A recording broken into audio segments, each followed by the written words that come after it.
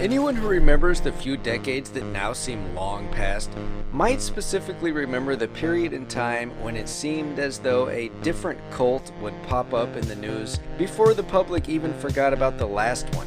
These quasi or pseudo-religious groups usually had bizarre backstories, and the ones that clearly received the most media attention and public awareness were the ones that unfortunately ended tragically with some sort of catastrophic conclusion.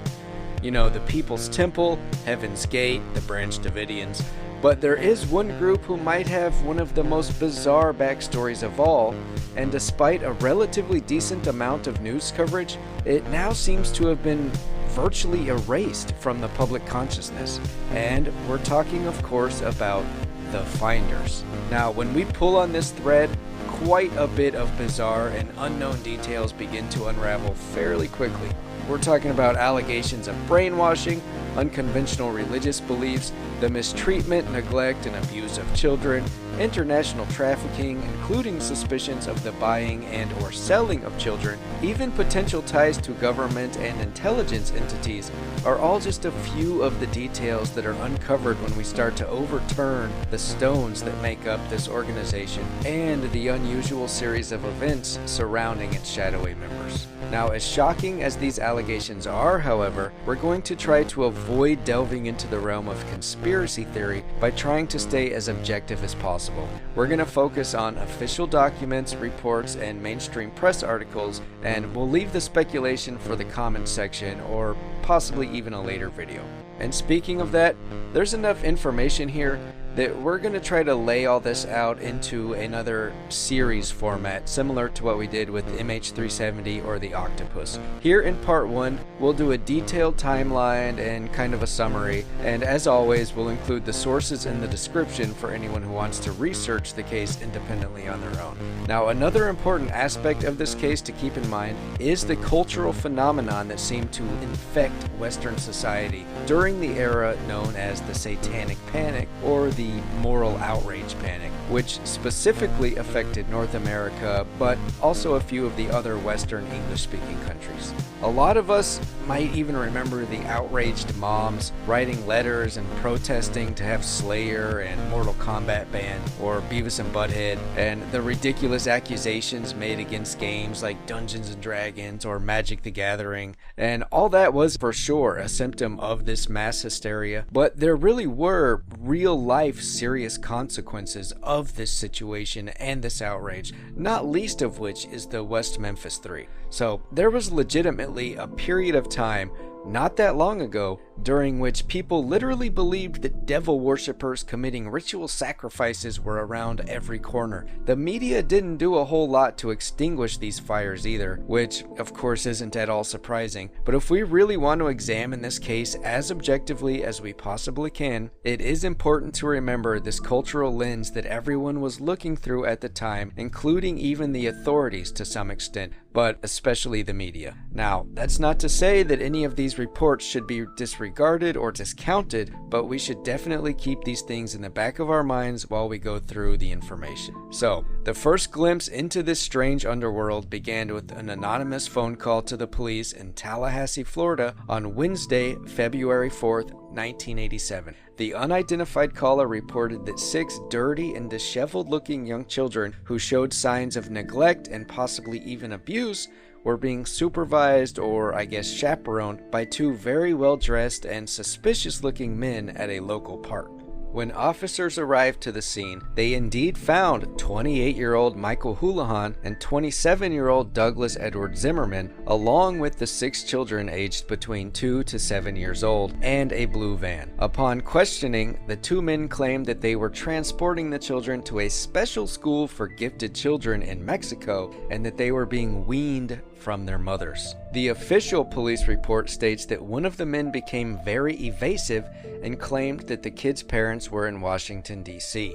Because of this unusual explanation and the circumstances, however, the 2 men were arrested for child abuse, and the 6 children were taken into protective custody. The arresting officers reported that when the men were told that they were under arrest, one of the men actually pretended to faint. Now, immediately following these events, a search of the van was conducted, at which point police discovered multiple fake IDs, 20 floppy disks for a computer, a model TSR-80 computer, a Chinese to English translation dictionary, and an electronic device which was described as equipment that could be used to let two computers connect to each other through a telephone line. Remember, this was 1987, so terms like modem and internet and email, stuff like that was not widely commonplace in the average public vocabulary yet. Despite this technology that was relatively advanced for the time, however, the police report noted that the children seemed completely unaware of even basic contemporary utilities, such as hot water and electricity,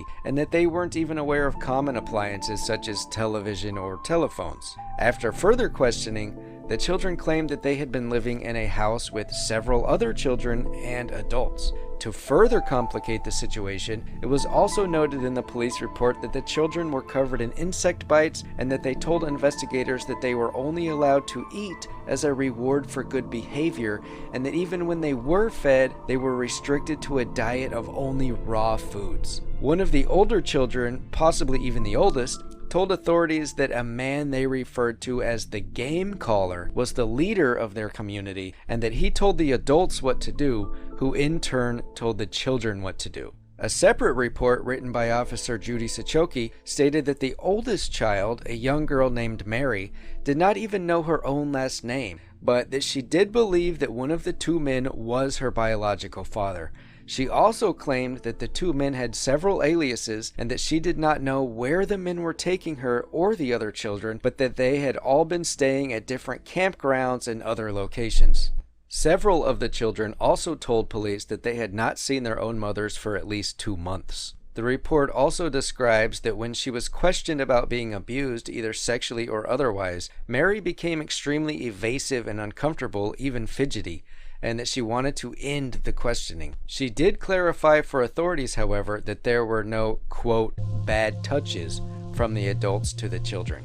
Contrary to her statements, however, the police report notes that the Department of Health and Rehabilitation Services had confirmed that at least 2 of the children were indeed victims of sexual abuse, and that a Dr. Moorer had examined the children, at which point he discovered clear evidence of abuse, which I'll show on screen, but I probably should not detail in the narration, of course because of the latest set of YouTube algorithms.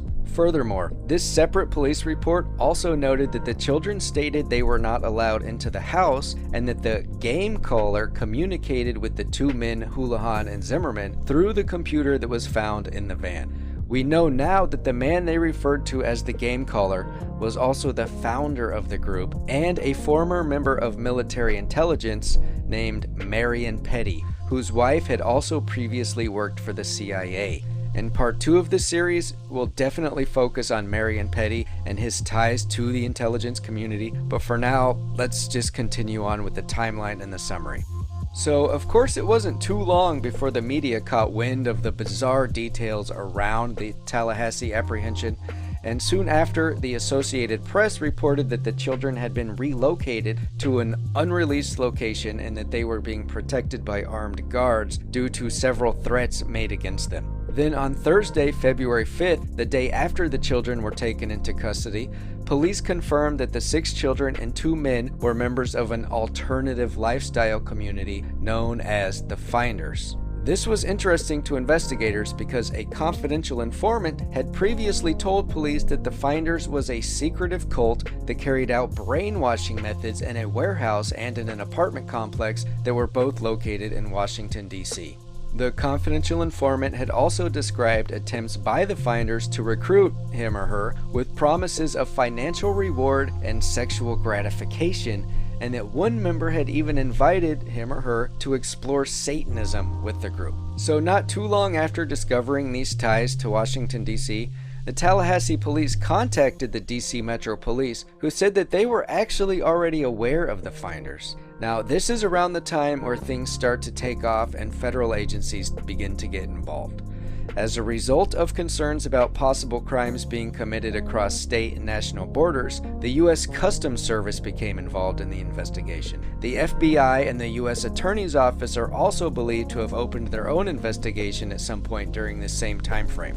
The very next day, Friday, February 6th, Virginia State Police conduct a raid on the rural 90-acre farm in Madison County, Virginia, which was owned by the founder of the group, the soon-to-be infamous game caller, Marion Petty. At the same time, DC Metro Police and the U.S. Customs Service conducted simultaneous raids on other properties owned by the finders, including a duplex apartment and a Washington, D.C. warehouse. News articles around the time period of these raids suggest that several suspicious items of concern had been discovered, including multiple plastic bags filled with questionable photographs and color slides. The Washington Post indicated that some of these photographs included pictures and images of children, in many cases nude.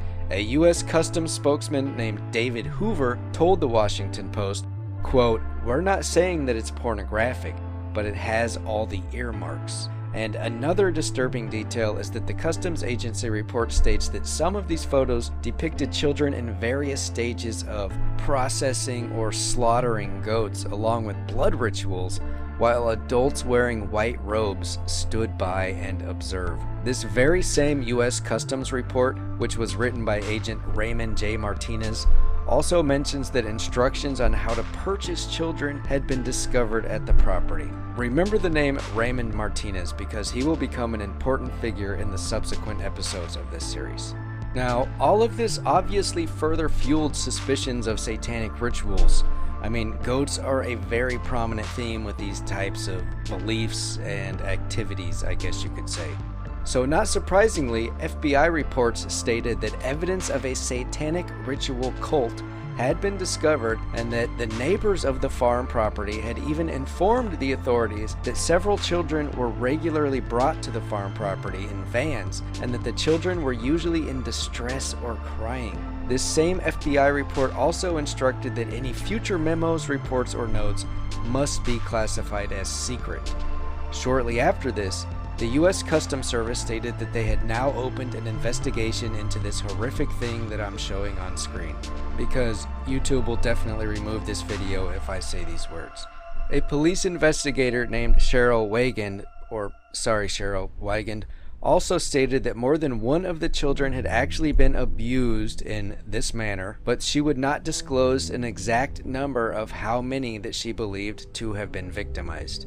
To further these suspicions, a police spokesman named Scott Hunt said that the finders might be, quote, accustomed to selling or smuggling the children of its members out of the country. Even further compounding these suspicions, a report written by the DC police stated that law enforcement believed that there were possibilities of kidnapping and even an international market for the buying and or selling of children.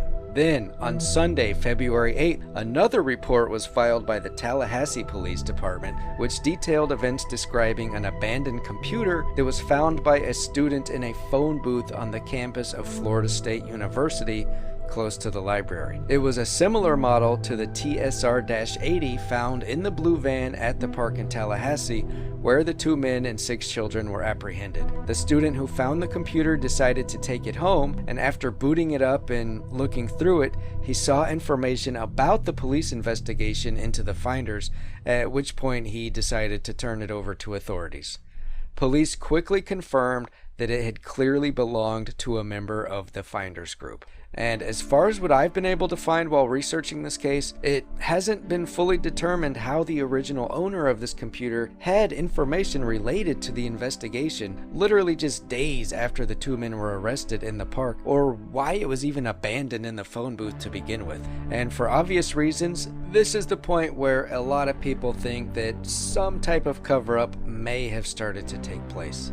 Now that the Washington, D.C. police were sharing information about their investigation and the raid on the warehouse, a D.C. Metro detective named Bill Cagney talked about finding an entire library of books, which included several related to mind control techniques. But around the same time, Detective Bradley of the D.C. Metro Police said that there was no evidence of satanic activity found at any of the search areas. So by Tuesday, February 10th, just 6 days after the Tallahassee Park incident, a lieutenant with the Virginia Police contacted Tallahassee Police and informed them that he actually had contact with members of the finders group and that the game caller, Marion Petty, had instructed all other members to go into hiding. And also worth noting, the same lieutenant told the Tallahassee police that the game caller would, quote, probably go to Andrews Air Force Base and take a military plane to China.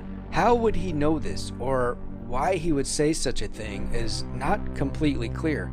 But it is interesting because the men in Tallahassee had a Chinese to English dictionary in their possession when they were arrested, and Mary, the oldest child in the group of 6 that were found at the park, told investigators that a Chinese man had taught her how to count to 10 in Chinese while she was at a warehouse, and she even demonstrated this for them. Also, there are a few other minor connections to China briefly mentioned in reports filed by the U.S. Customs Service. Obviously not a minor detail, however. One of the customs reports stated that children may have been purchased or ordered from a Finders Group contact in Hong Kong, China. Now, despite all of these details that we've covered so far, on Monday, February 9th, only 5 days after the 2 men, Zimmerman and Houlihan, were arrested at the public park with 6 underfed, neglected children who may have even been abused, according to the state officials, the Washington Metro Police announced that they had found no evidence of wrongdoing or satanic ritualistic activity. The DC Metro Chief of Police stated that the department could not find any proof to corroborate the claims or allegations made by their confidential informant either. Immediately after, Florida officials announced that there was no evidence of abuse or sexual misconduct of the children, despite the earlier reports by the Department of Health and Rehabilitation Services, the HRS. Only a few days later, on Thursday, February 12th, the FBI stated that they had found no evidence of a federal crime or any violation. And not surprisingly, even the media disputed this conclusion. The New York Times specifically can be quoted as saying, "The statement from the Metropolitan Police Department conflicts with accounts from the police in Florida, where the children were found unwashed and hungry." Officials there say that morning at least 2 of the children showed signs of sexual abuse. Now, I've never really been a huge conspiracy theory type of guy, but I can easily see why so many researchers and people who look into this have concerns about the official conclusions to this first part of the timeline. Now, if you're still of the mindset that something really was going on here, more than what the officials and the media had let on, it probably won't settle your concerns to find out that later that week the charges were completely dropped on all counts, and even the media reported that the entire thing was just a huge mistake and a giant misunderstanding. So, if nothing else, we know that at least 6 children were neglected, dirty, covered in bug bites and scratches, not fed properly. For all charges to be just completely dropped and everything swept under the rug seems like a hasty explanation, if not a downright some type of corrupt cover-up. But we won't make any conclusions here, not yet anyways. We won't pretend like we know exactly what happened, but we absolutely recommend that everyone look into the documents and the reports, in this case as a whole, for themselves. All of that being said, we will pick this up again in part 2, where we'll look more into the backstory of the game caller, Marion Petty, and the connections to military intelligence and other intelligence communities. But for right now, this is where we're going to end part 1. But we do have a ton of other videos in various stages of completion, so we hope you guys check back soon, and hopefully we will see you guys then. Peace!